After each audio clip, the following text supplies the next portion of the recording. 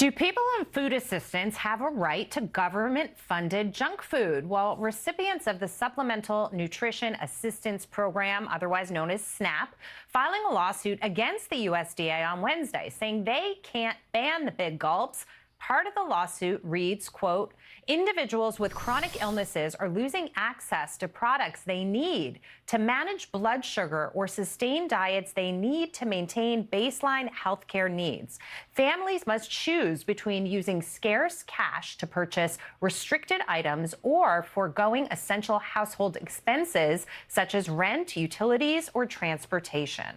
Let's welcome to the show Fox News legal analyst Gregg Jarrett. Gregg, thank you so much for being here. So they're making the argument here that if they lose these entitlements, all of a sudden they can't pay their rent. But what it seems like to me is that the Democrats are making an argument here for expanding entitlements only as soon as you start to say, even if it's in their best interest, that we're going to scale back a little bit, they cry foul. Your thoughts?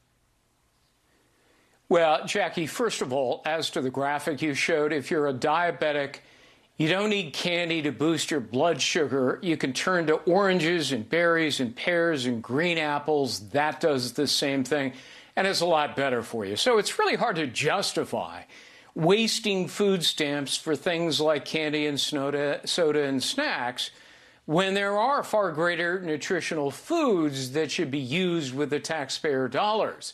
And don't forget, Congress passed this law, and the federal government has a duty to ensure that the money is spent responsibly and meets the purpose of the legislation, which is providing nutrition to improve health and prevent chronic illnesses like diabetes. Right. Look, SNAP benefits are not there to offer unhealthy items or subsidize poor diets.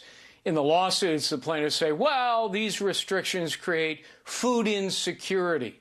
That's debatable, but assuming it does, it pales in comparison to the alternative, which is hunger and malnutrition. Right. And when you dig into it, there is that one plaintiff that is saying that if these needs are not met, then her parents would have to feed her through a feeding tube. But some of the things on the list, Gregg, energy drinks, soda, candy, I'm imagining those are not needs, of sustenance.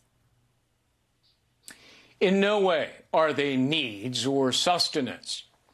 For decades, Jackie, recipients were squandering stamps on junk food, such as you described, that research shows causes a worsening of health, not better health.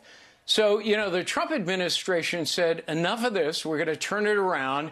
And this claim by the plaintiffs that the rules are not reasonable decision-making, that is utterly false. The 22 states that adopted the rules did their own health evaluations.